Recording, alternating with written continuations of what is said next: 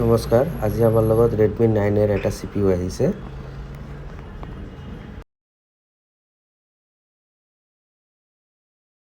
ইয়াৰ যোনটো স্ক্ৰীন আছে সেইটো ৰিমুভ হৈ গৈছে। কেনেকুৱা কৰি আমি UV পেচ লগাই পিনে ইয়াৰ স্ক্ৰীনটো ঠিক কৰোঁ, চাই লওক এবাৰ। নতুন টেকনিক কোনোবা জানিলে তো জানিব, যোনে নাজানে আৰু সি চাই লওক কেনেকুৱা কৰি আমি UV পেচ লগাই পিনে ইয়াৰ স্ক্ৰীনটো ৰিপেয়াৰ কৰি দিওঁ। চাই লওক, A to Z ইয়াতে দিয়া আছে। মানে অলপ ভিডিঅ'বোৰ স্পীডতো কৰি দিছোঁ, তথাপি আপোনালোকে বুজি পাব কেনেকুৱা কৰি। এইটো UV পেচ লগাই আছোঁ আমি। লগোৱা হোৱাৰ পিছত ইয়াক কটনেৰে হালকা চাফা কৰি দি দিম, যে য'ত ওখ হৈ আছে UVটো সেইটো যে শুকাই যোৱাৰ পিছত যেন সেইটো জেগা ওখ হৈ নাথাকে। এইটো আমি UV লাইট মাৰি পিনে হালকা হিট মাৰি দিছোঁ, যে সোনকালে শুকাই যায় বস্তুটো। যে আমাৰ 5-6 মিনিট ৰাখিব দৰকাৰ নাই, আমাৰ 1 মিনিটৰ ভিতৰতে হৈ যায়। তো মই চাই লৈ আছোঁ মাইক্ৰস্কোপত, পূৰা প্ৰপাৰ আছে।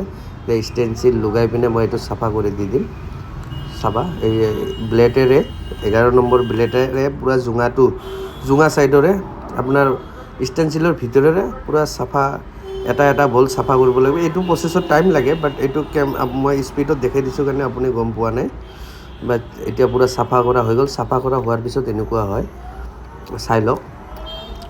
এতিয়া আমি এইটোক ৰিবলিং কৰিম।